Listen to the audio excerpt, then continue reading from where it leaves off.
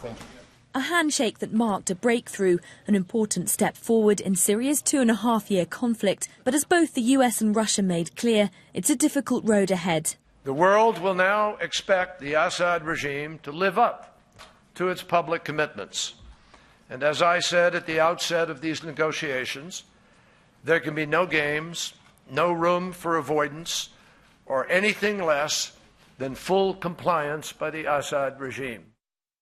Under the agreement, Syria has just 7 days to declare a complete list of its entire chemical weapons stockpile.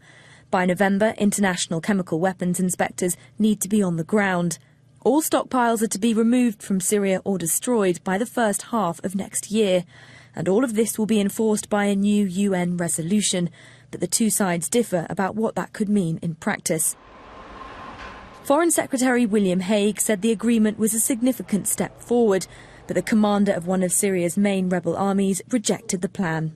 I told our friends yesterday to be careful. The regime really began to move chemical weapons and materials to Lebanon and to Iraq. And we are afraid that the regime will use these materials against the civilians in Syria, against the fighters of the FSA. President Obama said while important progress had been made, much more work remains to be done.